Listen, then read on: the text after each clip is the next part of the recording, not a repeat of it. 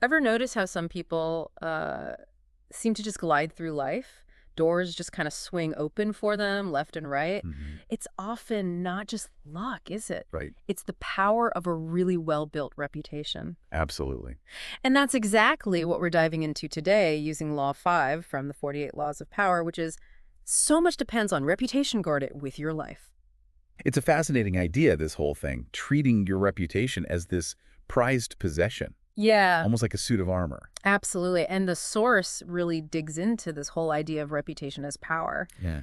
It's not just about like being well liked. It's about the influence you have because of how you're perceived. Right. A strong reputation, it can open doors to opportunities, it can command respect, and it can even deflect criticism, whereas a damaged one, I mean, Oh. It can feel like an uphill battle. you hear stories about like one negative interaction, Yeah, and that can really taint someone's whole image in an industry. totally. Makes you realize how fragile it can be. It is fragile, and that's because it plays on a very fundamental human tendency, which is we care what other people think. Yeah.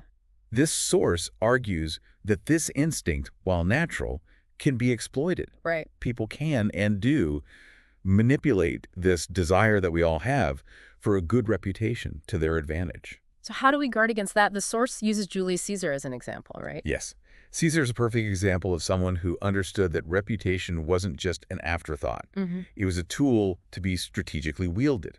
Right? His carefully crafted image as this brilliant general, I mean, it wasn't accidental. Yeah. It fueled his rise to power in Rome. Yeah. He cultivated it, he nurtured it, and ultimately he used it to his advantage. That's a key takeaway right there. Totally. Caesar teaches us that building a powerful reputation, this isn't passive. It's not. This is not something that just happens to you. Yeah, It's a deliberate strategy to achieve your goals. exactly. And so we're not just talking about like being nice, we're talking about consciously shaping how the world sees you. Exactly. And that's what makes this deep dive so relevant. It's about understanding the mechanics of reputation, the psychology behind it, Yeah. and how you can harness it to really navigate the world more effectively. And this is where it gets really interesting, right? Because, we live in this like hyper-connected world now We do. where like any misstep can be, Right? amplified 1,000-fold online. The source talks about how the digital age has made reputation both more powerful and more fragile than ever before. It's true. And, in the past, your reputation might have been bound by, like, your community Right. or your industry, maybe. Mm-hmm. But now it's global.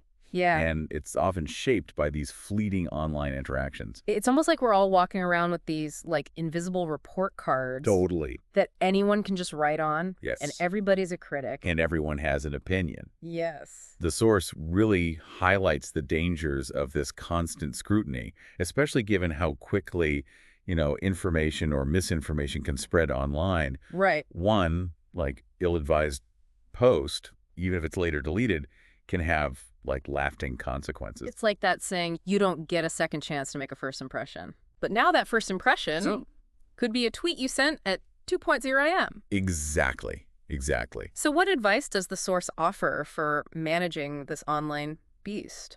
Well, the key takeaway, I think, is to be proactive. You can't just hope for the best. You need to actively curate your online presence. Okay.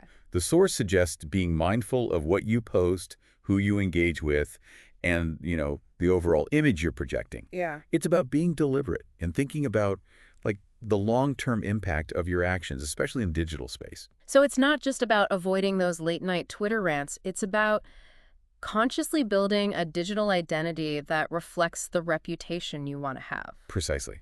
Think of your online presence as an extension of your real-world persona, Okay. just as you wouldn't, show up to a job interview in your pajamas. Right. You need to kind of present yourself online in a way that aligns with, your goals and your values. It's about putting your best foot forward, digitally speaking. But how do we flip this whole idea of reputation on its head and actually use it to our advantage? Right. The source also talks about reputation as leverage. It does, and this is where it gets really interesting. Okay. A strong reputation can be incredibly powerful in attracting opportunities and influencing decisions. It's like that old saying, your reputation precedes you. Exactly. When you consistently demonstrate expertise, integrity, and a commitment to excellence, people take notice.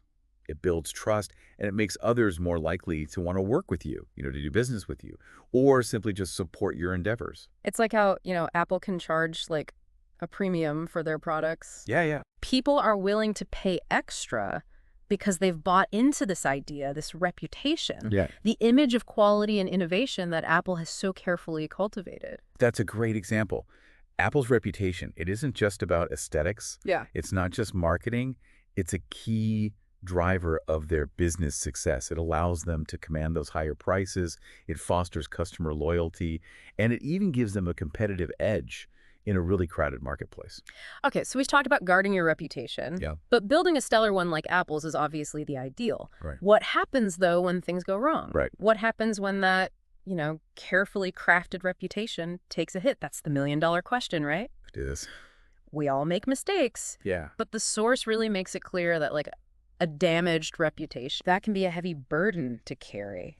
It is. It's It like, feels like you're constantly trying to outrun your past. yeah, it's like almost like a chink in your armor, Right. that leaves you open to, criticism and judgment. And in the court of public opinion, it often feels like there's no such thing as a statute of limitations. Right, exactly. And that's why, this whole deep dive is so important. It's not just about like avoiding mistakes, but it's also about understanding how to navigate the aftermath, right? Because they inevitably happen. Mm-hmm. And the good news is a strong reputation, one that's built on a foundation of integrity and consistent action that can act as a buffer even in times of crisis. So it's like having a reserve of goodwill in the bank. If you've, consistently proven yourself to be trustworthy and reliable, people are more likely to give you the benefit of the doubt when something does go wrong. Exactly. Think of it like this. If you have, a detective with a long history of solving like tough cases, right? Right. And then they make an error in judgment. Yeah. People are more likely to see that as an anomaly, Right. as an exception to the rule. Right. But if the same mistake is made by, a detective with kind of a checkered past, a reputation for cutting corners, Right. Right. well, that mistake kind of becomes part of a pattern. It's about trust, isn't it? It is. People are more forgiving of those they already trust. But what about those situations where someone's reputation is, like, unfairly attacked? How do you fight back against rumors, against misinformation, especially in this digital age where things can spread so quickly? It's incredibly challenging. Yeah.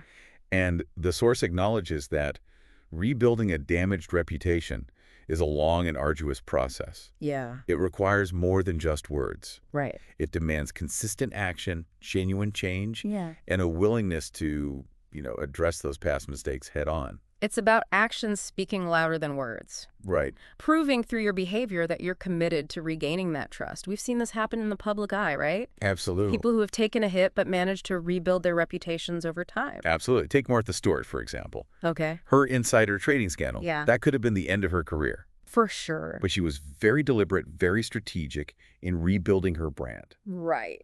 And she eventually reclaimed her position as this respected figure in the business world. It's a testament to the fact that while, yes, reputation is a powerful force, it's not set in stone. It's dynamic. Right. It can evolve, and you can influence that trajectory through your choices and your actions. Precisely. And that's really, what this whole deep dive is about. It's about empowering you, the listener, to become the architect of your own reputation. I love that. It's about understanding the rules of the game, recognizing the power of perception, and then using that knowledge to really navigate the world more effectively. So as we wrap up, the key takeaway is this. Your reputation is a valuable asset. It can open doors, it can protect you from criticism, and it can even give you a competitive edge.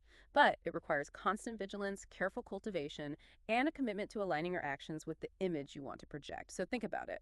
How will you use this knowledge to shape your own reputation and leave your mark on the world? Until next time, stay curious.